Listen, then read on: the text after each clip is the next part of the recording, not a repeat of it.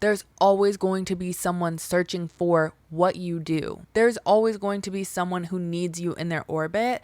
So putting yourself out there, meeting the people, and already having the connections will set you up for so much success.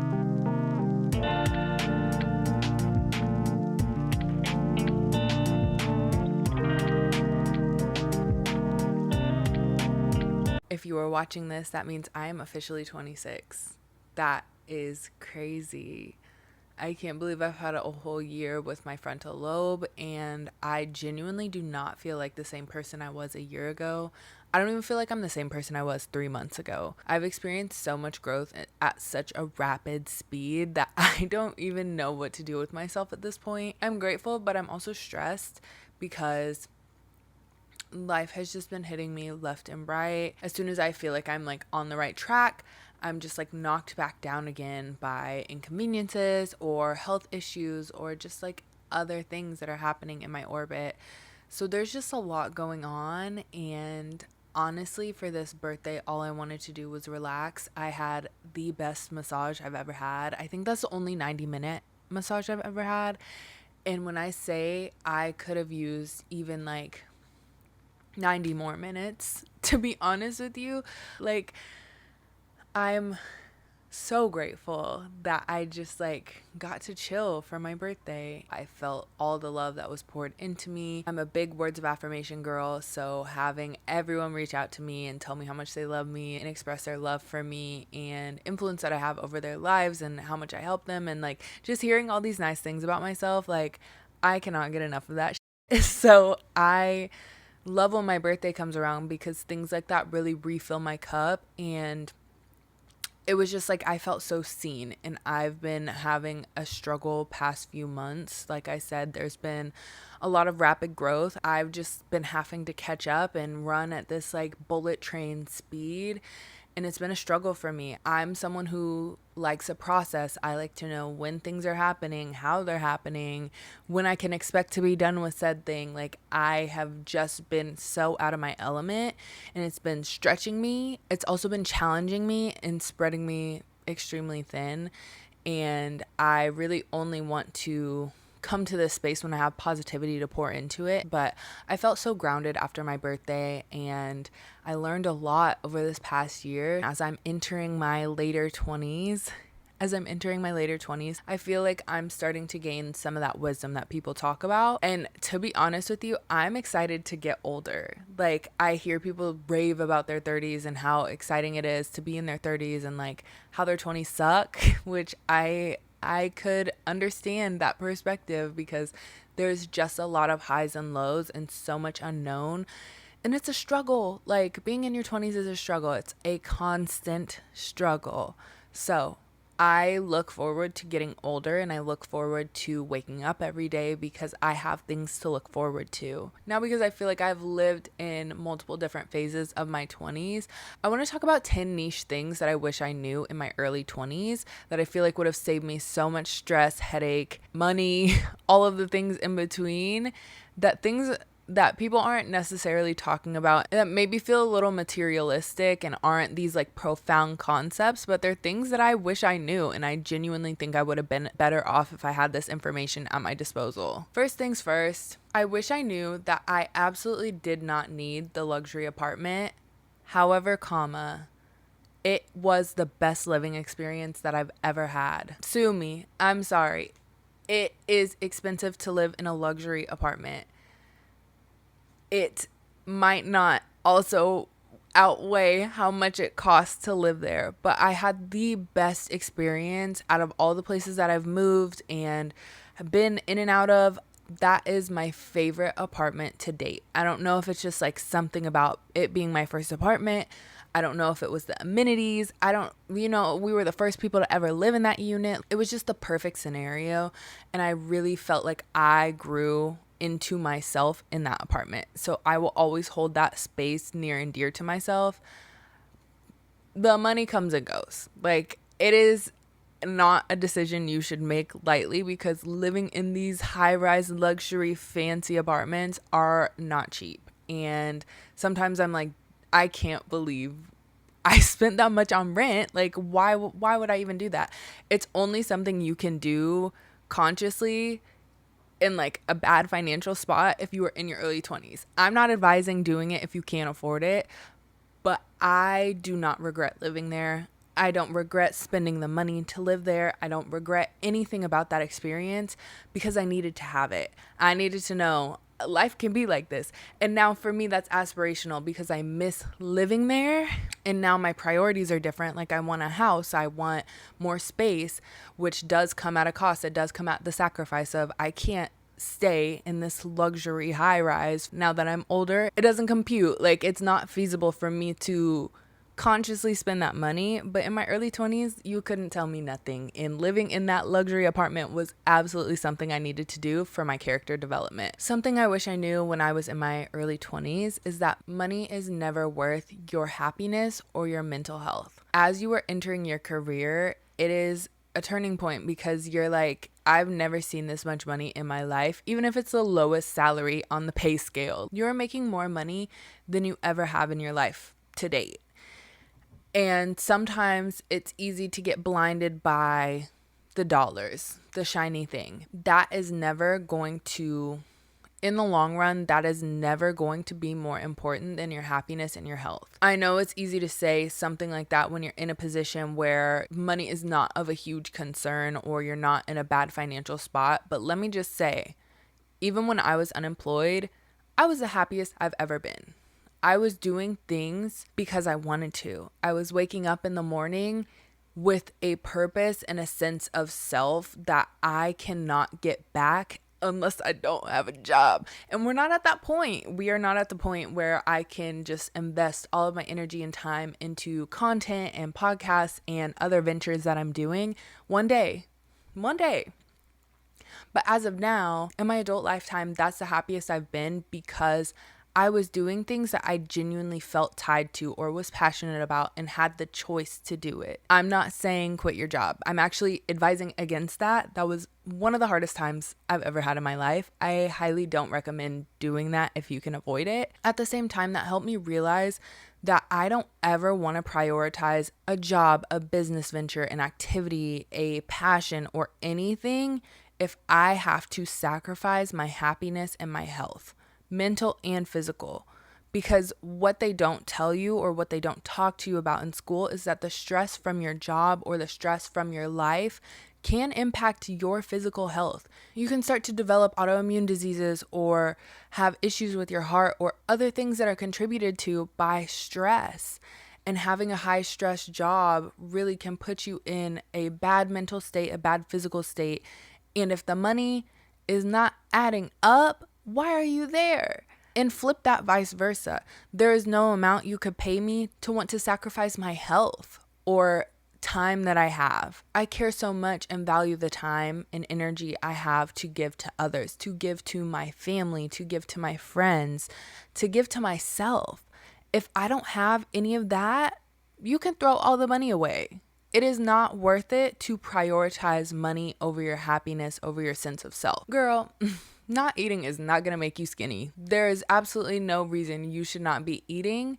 Matter of fact, you need to be eating your protein. If you're not eating regularly, your body is going to start to store that fat because it doesn't know when it's going to eat next.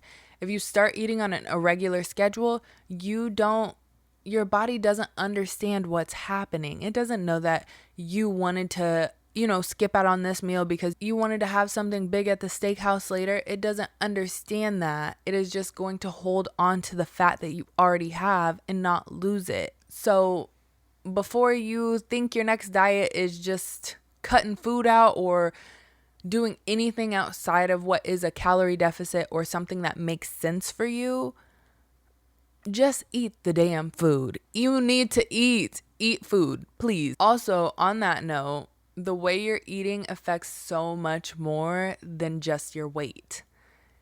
I am just now connecting those dots because for many years I would be in the drive-thrus or, Chipotle is my biggest weakness. I could eat there almost every day. Same with kava. those things that it's like in my mind, that's so healthy. I'm eating vegetables, I'm getting rice, I'm getting my protein in, I'm doing all of these things. But at the same time, am I eating things that maybe I shouldn't? I'm not supposed to be eating gluten. Does this have gluten in it? Like, start paying attention to what your body is saying to you. If you had pizza the night before and then you wake up with a ton of breakouts, your body is trying to tell you, hey girl, we didn't need all of that. So start listening to your body, because the food you're eating directly contributes to your mood, your health, your skin, all of those things. Now that I'm older and I'm able to have a deeper relationship with my mom and my grandparents, I am coming to realize that they're people too. They've always been people. I know that, but now I'm at a point where I understand that they have the best characteristics ever, but they also have some flaws and they're not always going to be perfect. Same goes for their advice. So sometimes you do have to take what they say with a grain of salt, or you may not agree with a decision that they're making, but they're people too. They're just a girl or just a boy. Like, they are living their life for the first time ever, just like you. I think that really humanized the experience and relationship that I have with these people that I admire so deeply, because I'm making mistakes and I am constantly questioning whether I'm doing the right things or if I'm on the right track. And to know that the people before me feel similar, that, I don't know, that gives me a sense of peace. Like, okay, we don't all have it figured out. Like, even the people I admire so deeply, they don't even have it figured out. So why am I putting so much pressure on myself to be perfect? Realizing that they're not perfect helped me have a little bit more peace in knowing that I'm not either. I don't know if this was a thing or a phrase that everyone had heard, but I heard a long time ago, we all have the same 24 hours as Beyonce. It was like one of those girl bossy like type quotes or clickbait headline things. The truth is, we do not have the same 24 hours as Beyonce, girl. We do not have the same 24 hours as Beyonce. We just don't. I would love to, but I don't. She's able to accomplish so much because she has a team and an infrastructure to support it. You see all of the dancers on stage with her. You see the people behind the scenes that are running the show and making sure things go right. You see all of these pieces of the puzzle that amount to her being great. You can have that too. But to say you have the same 24 hours as Beyonce is so unfair to yourself, and you're setting yourself up for failure. You don't have the team or infrastructure that she does. And that is not to diminish her greatness by any means. That is saying she has people to help elevate her. If you don't have an assistant, that already, step one, you are already at a disadvantage. There are people out here who are so successful because they have the additional time. They're giving all of their tasks, all the stuff that they don't want to do, to an assistant. Or they're giving it to their team because they have a whole team behind them. If you don't have that, stop putting the pressure of solving the world's issues on your shoulders. You don't have the same 24 hours as those people.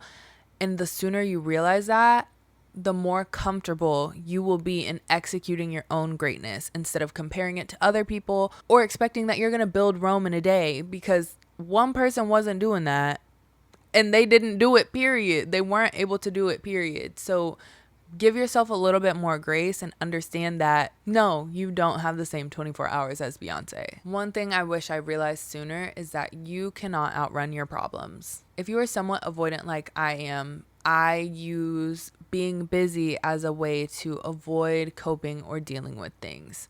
The truth is, that's going to catch up to you at some point, and it's probably going to be the most inconvenient place that it could possibly happen. Being busy is only going to get you so far from avoiding your issues, and the sooner you deal with them, the better you're going to feel. I know it's easy to want to just avoid everything and not have to deal with it and just expect that it's going to go away.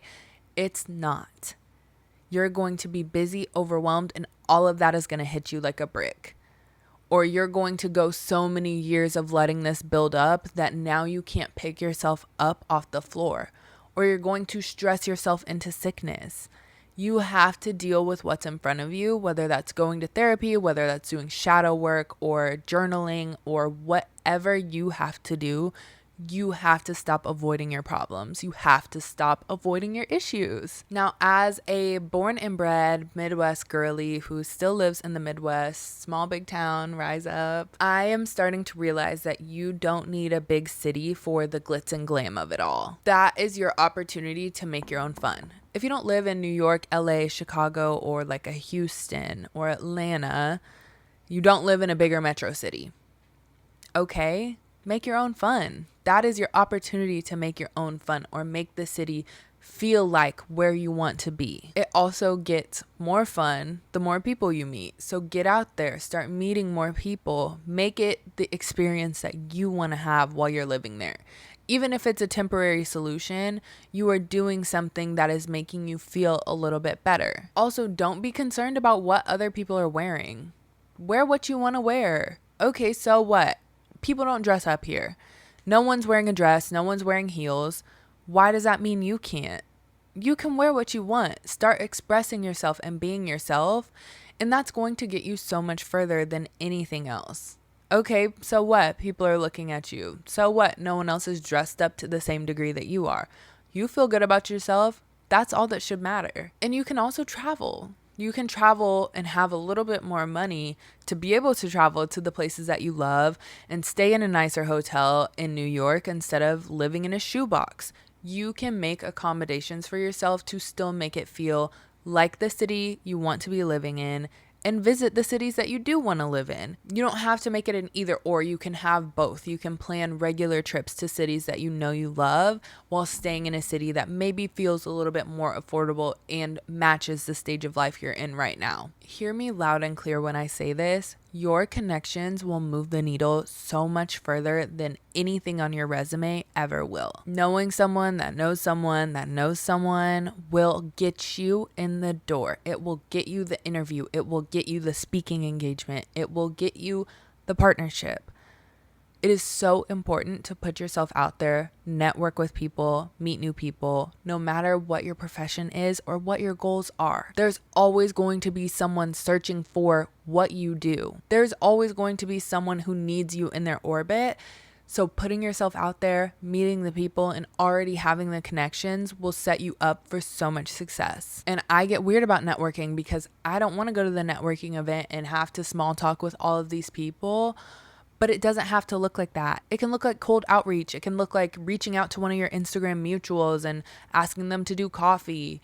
It doesn't have to be so formal, but get yourself out there and make connections. Because the truth is, if you don't do it, someone else will. And to close things out on just like all of these things that I've accumulated over my time in my 20s, I'm only 26, mind you. One of the biggest takeaways I have is that if you don't do it, someone else will. I actually believe, and I don't know if I heard this somewhere, but ideas are planted in your brain. You are not the only one who received that idea.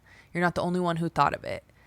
But you can be the first one to act on it. Can you imagine also having the same idea for Apple and iPods and all of those products as Steve Jobs, and you didn't act on it and you see what it's become now? Don't be so fearful of what might happen and act on things. Don't let anything hold you back and just give everything your all, because there is someone out there that is going to do it, and whether they fail or excel, they're going to do it anyways. So let that person be you. There's no reason for you not to start or do something. Like they say, shoot or shoot. And if you have an opportunity to act on something, you should absolutely take it every single time. I have learned so much. Every year, I like to do a reflection on my birthday and think about what I've accomplished over the past year. And I just cannot believe the person I'm growing into.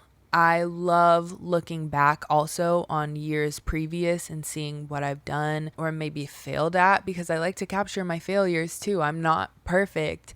And so all of this is starting to accumulate into really having a purpose. So hopefully some of these tips are helpful for you so you don't make some of my same mistakes, or maybe you do and you've learned from them, or you've had a better outcome. Life is all about learning, so we're continuing to grow and evolve every single day, and it is a blessing to be alive and open our eyes and wake up. So every day that you have the opportunity, make sure to make it great. Thanks for tuning in to another episode of Let's Have Breakfast. I'm your host, Jadyn Eliz. Please make sure to tune in to previous episodes. Your support means so much to me. It really helps drive this podcast. It is completely created, produced, all of the things by me. So I appreciate any support, any reviews, any comments. I appreciate it all. I appreciate your support, and thanks for tuning in to another episode.